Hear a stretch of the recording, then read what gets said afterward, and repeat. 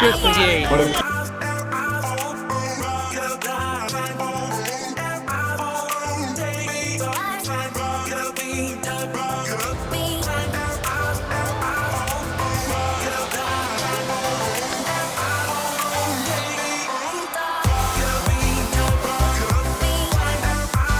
Quicker than a cat. It's not gonna happen.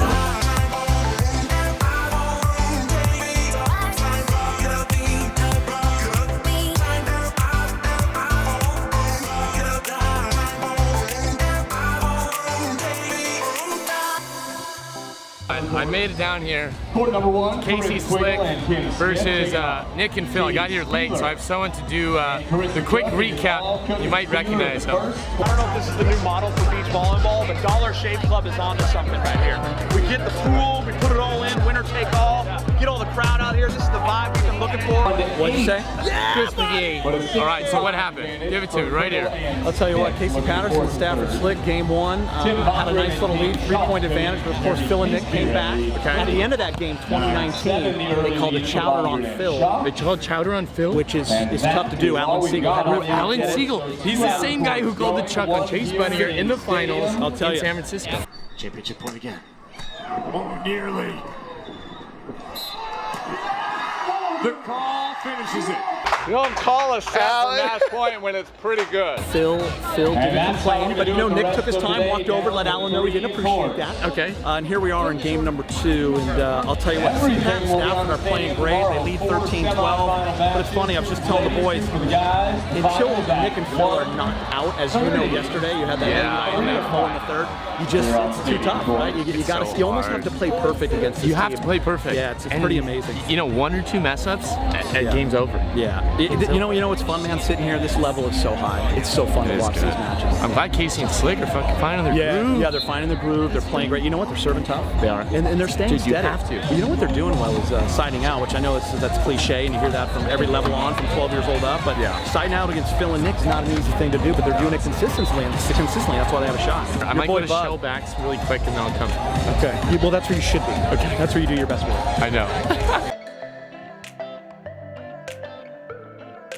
I ran into Bryce, who's my roommate. We don't really coordinate that much, except for we coordinate everything. And he inspired best friends do.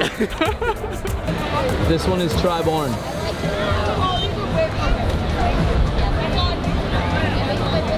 Can you?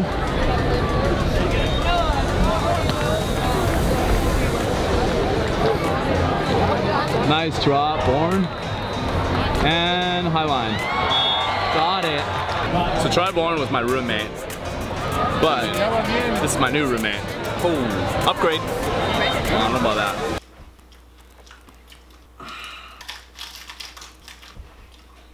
What? Are you filming me right now? No. If you are, I'm gonna kill you. Would you say though that you're like a loud eater or like you close your mouth when you're chewing? I'm one of the more quiet eaters you'll ever meet. And we both played with Tri at USC for 4 years. Actually, I played with him for 4 years. You played with him for like a year and a half. You got cut our second year. I moved on to better things. That's right. I wanted to focus on school. So now we're just out here supporting the brother. So watching Tri-Born and Trevor Crabb right now against Rafu and Ed the Rat.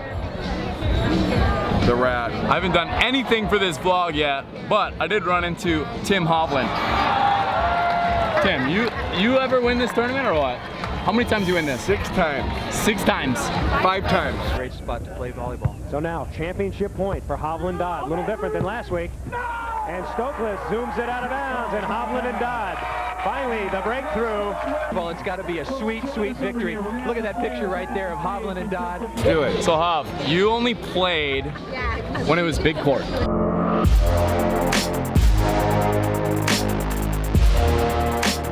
And in my opinion, I don't think you could side out against guys like this right now. Right now, no. But in the 80s, I'd smoke these guys. You in your prime versus Dalhausser in his prime. What? No problem. No problem? No, there's a problem. He can play. The top guys can play, but if you go old court, wear them down, 100-degree heat, play for 10 hours, let's bring it on. That's what I think. I think Dalhausser jump serving on a big court and it's game over for you. Good luck. Good luck? Good luck. I'm quicker than a cat. It's not going to happen. I'm too old to be critical. If you can't back it, you don't say it. Hit it! We have Ed again. I'm going to take myself out of this so I can ask you questions. Yeah, right, Ed. sounds good. So I work with Chase Budinger and Sean Rosenthal. So they had to fight their way out of the loser bracket yesterday, playing over 4.5 hours of action on the first day on Friday, Manhattan Beach Open. Some of the hottest sand of the year this year. High iron content here, so we really had to battle the heat and the elements. Waking up early this morning, we had an 8:15 start time against Chase's brother, Duncan Budinger, who was a regional qualifier out of the Utah region, playing with Daniel Dalhausser, a well-known strong libero from the Manhattan six-man. So you got the brother versus brother battle, which I knew all the marbles are on the table for that Christmas bragging rights. We gotta go a little more. Yeah. Okay, so and go. And so what basically happened here is we had Daniel and Duncan come out of the gate super hot, serving tough. Chase and Sean, little fatigued, took them a little while to get going. So game one goes to Duncan and Daniel. Going to game two, Chase and Sean steady out a little bit, start passing and setting better. So now we're going to a game three. The really key part about this is there's a lot of pressure on both sides in game three. As we talked about before, this family bragging rights in a family that doesn't even play board games, as we heard from the announcer several times. Board games were banned. Truth be told, if you ever play ping pong against these guys will eat your lunch in ping pong. And in the end, here we go to the freeze with Sean and Chase up 14-11. You think you're in a good spot up 14-11? Not in this match. We go 14-14, 15-14, 15-15. Finally, Daniel Dalhausser been playing incredible whole match. What a great guy, what an incredible competitor, but he makes 2 errors near the end. Tough serve. Oh. Popped up, Wow. still alive. Oh. No. An exciting finish to an... And so that, and back to you, Kevin. All right, we're here at the Lululemon tent with Chris, all right? One of the managers of Lululemon. They brought down our logo to screen print it on some of their tank tops, so he's gonna help me out, hook me up with one. All right. Let's do it. Any larges? Larges? No? This guy's a large. I'm not gonna look as jacked as the mannequin though. Which logo do you want? That one.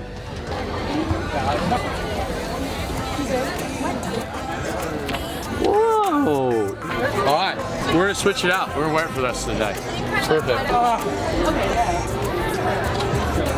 I'll tell you one thing though, once Riley sees this, he's gonna come back for one immediately. Looks dope, right? Except for I'm sweating. Other than the sweat, it looks great. So we're out here on the far courts checking out the action going on court 9. We have Sean Rosenthal up in his next match. How we doing? Hey, we're down 1-0, just like we've been all week. And he's playing cornhole. Brian Jones. Brian Jones, number 4 player in the U.S. He's playing right side. Rosie's playing on the left. Yeah, we're gonna switch. Oh, all right. Now Rosie switches back to the right. What is this whole setup? So we got volleyball versus cornhole. Okay. This guy Brian Jones has been hitting me up on the internet saying, "I want to take Rosie down." And he's what? And what is he ranked in the world? Number 4 in the world. Number 4 in the world. And Rosie wants to take him down because he's great at everything, obviously. All right. I don't play cornhole that much, but if you were to tell me the top 3 things to do for cornhole or improve my game, what would it be? The best players in the world is probably 60%. He'll know a lot better than me. 60-65% that stand there, and then a couple that take the step. Okay, Yeah. what's The is that step- preference? The step is, it gives you more like drive. Okay. But with the step, it does, I mean, if you're not perfectly balanced every time, yeah, it will throw your shot off. Okay, I mean, if you don't make that same, same approach. I get it. Where with me, I just stand flat-footed because, I mean, it's just all muscle memory from there. The net, going over the net is a little more because normally I'm throwing my bag inside about eye level. I mean, I don't break my wrist. Yeah. I pinch the bag in the center with my thumb on top. Okay. 4 fingers there. And I just come through, and as I come through, I just open my hands. Okay. And the bag naturally will rotate on its own. What happened? Hey, so we're here at Manhattan Beach and I haven't done any vlogging whatsoever. So Riley, why haven't you done any hopefully, Madison, vlogging? you did your job.